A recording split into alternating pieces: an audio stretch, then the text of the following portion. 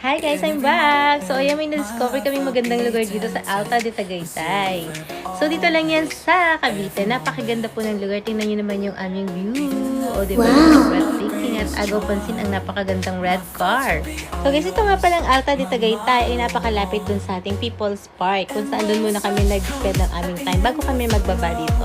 So ito yung kanilang hotel, napakaganda. Sobrang lapit lang yan sa People's Park. Around 10 minutes guys. So guys, hindi ko in-expect na sobrang lamig pala dito. Napakainit kasi ng panahon. Pero ayan, kinakalikig na ako dyan. Napakaganda ng lugar na to. Napakalamig. So ito yung kanilang mga dome. Kita nyo naman, napakaganda. Ito yung kanilang mini bar. At dahil 3 PM kabubukas pa lang talaga ng kanilang area. So ayan, ito palang nakahain cake. So dyan, pwede ka mag-order directly. Or pwede rin naman dito when you are kapag nandito ka na sa dome area nila or dyan sa mga outside tables nila, meron naman sila dyan sa mga gilid-gilid na pwede mong pestohan. So, first thing, nag-order muna ako ng aming food kasi medyo matagal daw mag-wait for it. Hindi lang kasi yung place na maganda ang pinunta namin dito, kundi gusto ko rin matikman kung ano yung pinagmamalaki nilang bestseller dito. Then, after ko nga umorder ng aming food ni Daddy, so sinabay ko na rin ng coffee. And, of course, papipiliin natin si Pogi. Ayan na.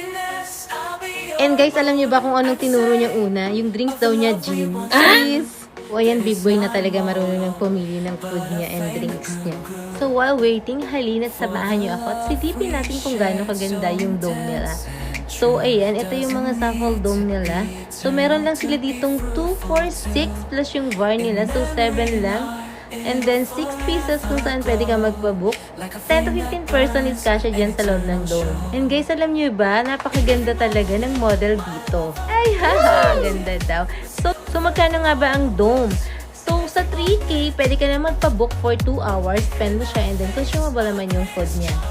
So, ito na nga yung isa sa in-order namin na food. Tingnan nyo naman, napakasarap. And then, ito na rin yung drinks na napakaganda ng presentation para sa aming order na coffee. So, yan po ay latte. Tingnan nyo naman guys. So, napakagaling ng ating waiter. And of course, syempre, i-model natin yan. Napakaganda ng kape na yan. Napakaganda ng view. Napaka-perfect blend. O, diba? So, ang sarap pati ng timpla nila. So, ito yung mga beverage nila. Yan, yung menu. Napakadami nilang variety of foods. Yan yung isa sa in-order namin. Shawarma flavor. So, sa mga naghahanap po ng very perfect place para sa inyong Valentine's date, halina magpabook na kayo, napakaganda. Ilalagay ko po yung link dyan kung saan kayo pwedeng magpabook. So, syempre, mag-aura-aura tayo for this. So, capturing the moment with your family and loved ones. So, lovely. Ganito siya kaganda kapag gabi. And ganun kapag araw. So,